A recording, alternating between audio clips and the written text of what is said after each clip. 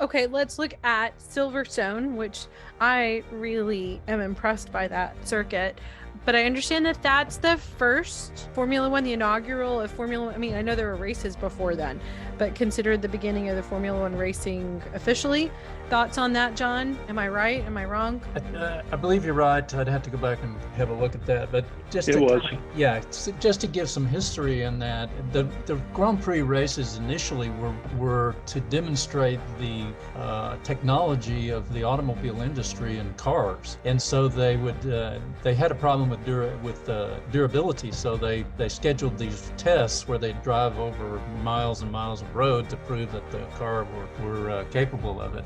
And then they moved on to circuits. Silverstone was, as probably everybody knows, a bomber base during World War II, and they've just converted, over the years, they've converted the runways and connected them together with turns. So you have this spectacular, out in the middle of nowhere, racetrack where these cars can just go incredibly fast and very, very fast turns. Pops is one, Cascombe. I mean, they're just spectacular to watch, and you can see a good bit of the track from the grandstands, various grandstands.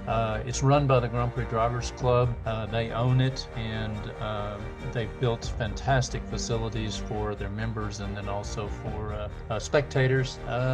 What else can we say about it? In the 70s, I think, one of the races, the weather is almost always a factor there, and as we know, it can rain in England. And I just remember one of the races in the 70s, Dick, you may remember which one, but at any rate, it rained, and about half of the field piled into one corner, and they were all just wrecked into the one corner of the track because of the sudden onset of rain. Oh my. Yes, I remember that one. I was thinking of the one where Jody Scheckter lost it at the end of the first lap. I want to say 1973, maybe? Yeah, I think that's right. And Jody Scheckter at the time was an absolute wild child, and he was driving like the third McLaren or something like that. Back in those days, you could enter more than two cars, and I mean, he took out about half the field. The wreck was just massive, and tires and wheels and body work going everywhere, and everybody got up and walked away from it.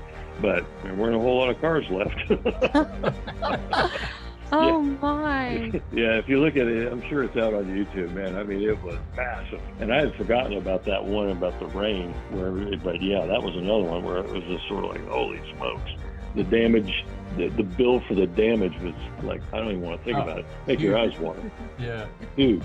Wow. Okay, so when I did sim racing for the first time, I did the Silverstone track. That was addicting.